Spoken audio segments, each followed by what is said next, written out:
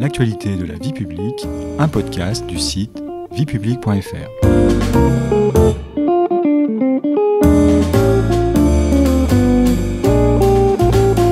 Bonjour à tous, bonjour Stéphanie. Bonjour Patrice.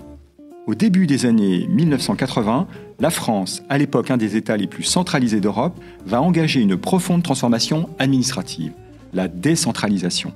L'actualité de la vie publique vous propose, dans une nouvelle série, de revenir sur les différentes réformes qui, en l'espace de 2 décennies, ont modifié le fonctionnement et les pouvoirs des collectivités territoriales. Au sommaire de cet épisode, 1982-1983, les lois de fer, l'acte 1 de la décentralisation. J'ai la responsabilité de mener à bien la décentralisation et la régionalisation. C'est une tâche immense dans un pays aussi centralisé que la France. Je pense qu'il faut environ 18 mois pour y parvenir et j'ai bien l'intention d'y parvenir et avec l'accord de tous les intéressés et en les consultant, d'apporter à notre pays une vie administrative et une vie dans l'ensemble à la fois plus moderne et beaucoup plus faite que par le passé, de responsabilité et de concertation. Stéphanie, nous venons d'entendre Gaston Defferre, ministre de l'Intérieur et de la Décentralisation, dans une interview diffusée sur FR3 Marseille le 23 mai 1981, soit environ 2 semaines après la victoire de François Mitterrand à l'élection présidentielle.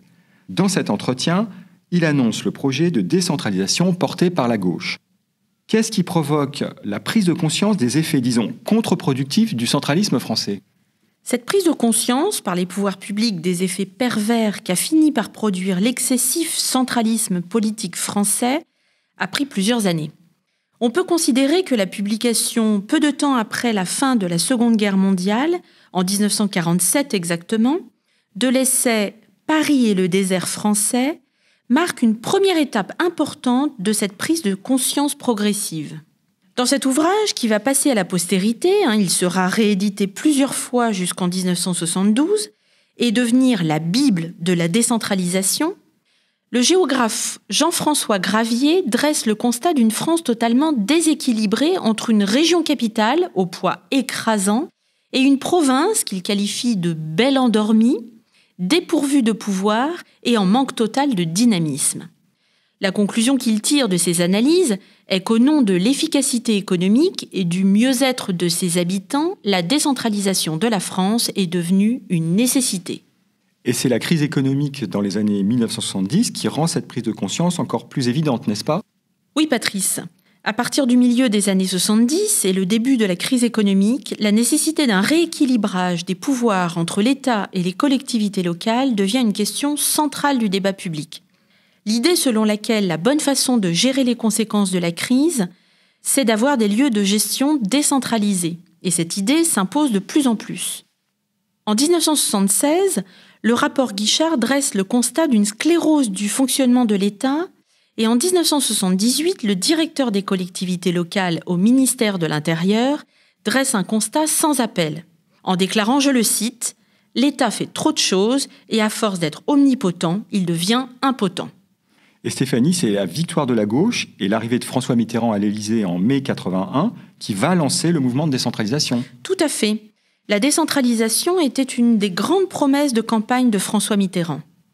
Il y avait au sein de la gauche une volonté politique forte d'accorder une autonomie plus importante aux collectivités locales. La réforme sera mise en œuvre très rapidement. Symboliquement d'abord, au moment de la formation du gouvernement, le ministre de l'Intérieur devient aussi celui de la décentralisation. Son premier titulaire est le maire de Marseille, Gaston Defferre. Lors du Conseil des ministres du 15 juillet 1981, le nouveau président de la République, François Mitterrand, lance la réforme et déclare, je le cite, « La France a eu besoin d'un pouvoir fort et centralisé pour ce faire.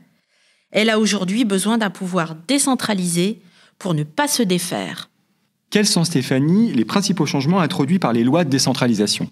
L'idée du gouvernement, Patrice, est de laisser aux assemblées locales, départementales et régionales la responsabilité de définir politiquement les conditions dans lesquelles les compétences transférées de l'État seront mises en œuvre. Comme le déclare Gaston Defferre, j'ouvre les guillemets, La démarche adoptée consiste à faire confiance aux élus locaux pour qu'ils déterminent et appliquent les solutions appropriées aux problèmes auxquels ils font face. Je ferme les guillemets. C'est cette responsabilité politique reconnue aux élus locaux qui fonde véritablement la décentralisation. Cette démarche va trouver sa traduction concrète en 1982 avec le vote des lois Defferre, n'est-ce pas ? Oui, c'est ça. Les lois Defferre vont lancer ce que l'on a appelé l'acte 1 de la décentralisation. La première loi, votée le 28 janvier 1982 et promulguée le 2 mars 1982, intitulée « Droits et libertés des communes, des départements et des régions », introduit d'importantes modifications dans l'organisation territoriale. Citons les principales. La tutelle administrative exercée par l'État sur les actes des collectivités locales est supprimée. Celle-ci est remplacée par un contrôle de légalité a posteriori par le juge administratif. Ensuite, la région devient une collectivité territoriale à part entière, dotée d'un conseil élu au suffrage universel et d'un exécutif. Le pouvoir exécutif du département et de la région est confié au président élu du conseil général pour le département, à la place du préfet, et du conseil régional. Et enfin, la tutelle financière est remplacée par un contrôle budgétaire a posteriori. Et quel est le contenu des lois votées par la suite ? Entre 1982 et 1986, plus d'une vingtaine de lois seront promulguées dont l'objectif est de permettre la mise en œuvre de la réforme. Organiser les transferts de compétences entre l'État et les collectivités locales, créer une fonction publique territoriale, etc. Est-ce que, Stéphanie, l'alternance politique, avec la victoire de la droite aux élections législatives en 1986, va remettre en cause les lois de décentralisation ? Non, Patrice, l'alternance politique n'entraînera pas de remise en cause de la décentralisation. Certes, de nouveaux textes sont votés, mais ils n'introduisent que des changements mineurs ou visent à approfondir certaines dispositions.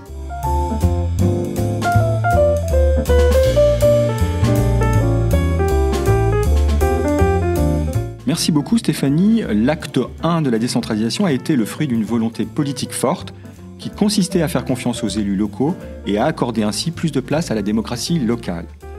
Dans le prochain épisode, nous verrons de quelle manière cette volonté politique s'est traduite au début des années 2000 par des changements sur le plan constitutionnel. Vous pouvez réécouter cet épisode gratuitement sur vos plateformes préférées et notre chaîne YouTube. N'hésitez pas à vous y abonner. Et pour en savoir plus, rendez-vous sur notre site internet viepublique.fr et nos réseaux sociaux. On se retrouve très bientôt. Au revoir Stéphanie, au revoir à tous.